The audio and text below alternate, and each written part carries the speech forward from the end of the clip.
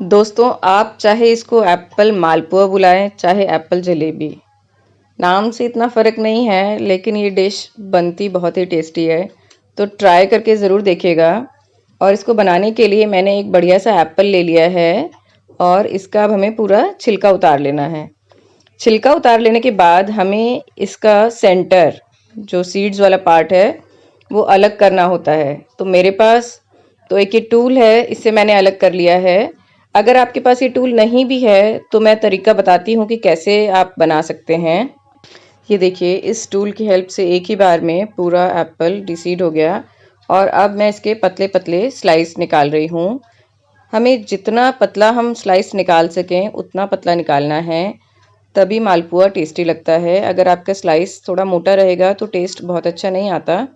ये देखिए, अब ये मैंने दूसरा एप्पल लिया है जिसमें डीसीड नहीं किया गया है, तो इसका मैं आपको बताती हूँ कि आप कैसे डीसीड कर सकते हैं। अगर आपके पास टूल नहीं है तो इसके भी मैंने पतले पतले स्लाइस निकाल लिए हैं।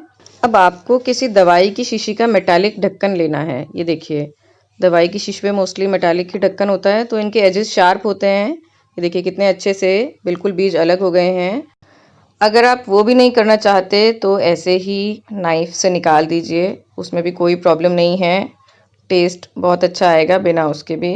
अब हमें आटा और मैदा का एक घोल बनाना है, तो मैंने ये एक बोल में आधा कप आटा और आधा कप मैदा ले लिया है और दूध से मैंने इसका एक गाढ़ा सा घोल बनाया है। जैसा हम पकौड़ी के लिए घोल बनाते हैं बिल्कुल वैसा ही गाढ़ापन चाहिए। तो ये मैं थोड़ा थोड़ा करके दूध डाल रही हूँ जिससे कि बैटर बिल्कुल स्मूथ रहे, लम्प्स फ्री रहे। ये देखिए, ऐसा होना चाहिए हमारा तैयार घोल। और इधर मैंने कढ़ाई में ऑयल गरम होने रख दिया है और जब ये अच्छी तरह हॉट हो जाएगा तब हम एक एक एप्पल का स्लाइस इस बैटर में डिप करके गोल्डन ब्राउन होने तक डीप फ्राई करेंगे। और हमें ध्यान रखना है फ्रेंड्स कि आपस में चिपके नहीं, तो एक बार में बहुत सारे नहीं डालिएगा। थोड़ा सा डिस्टेंस बना के आप एक बार में तीन चार तल सकते हैं। पहले एक डालकर चेक कर लेते हैं। ये देखिए कितने अच्छे से ये बनकर तैयार हो गया, कितना अच्छा लग रहा है। अब इसे फीलिंग आ रही है कि बनकर बहुत अच्छे लगेंगे। और इसी तरह से मैंने सारे अपने एप्पल मालपुआ डीप फ्राई कर लिए हैं। अब बारी है थर्ड स्टेप की फ्रेंड्स। तो इसके लिए हमें शुगर सिरप बनाना है, जिसके लिए मैंने आधा कप पानी और आधा कप चीनी को एक बोल में डालकर उसको गर्म किया है सिम फ्लेम पर। और सिर्फ तब तक मैंने इसको कुक किया है कि शुगर डिज़ोल्व हो जाए। बहुत ज़्यादा कुक नहीं करना है, या हमें बिल्कुल भी एक तार या दो तार की चाशनी नहीं बनानी है।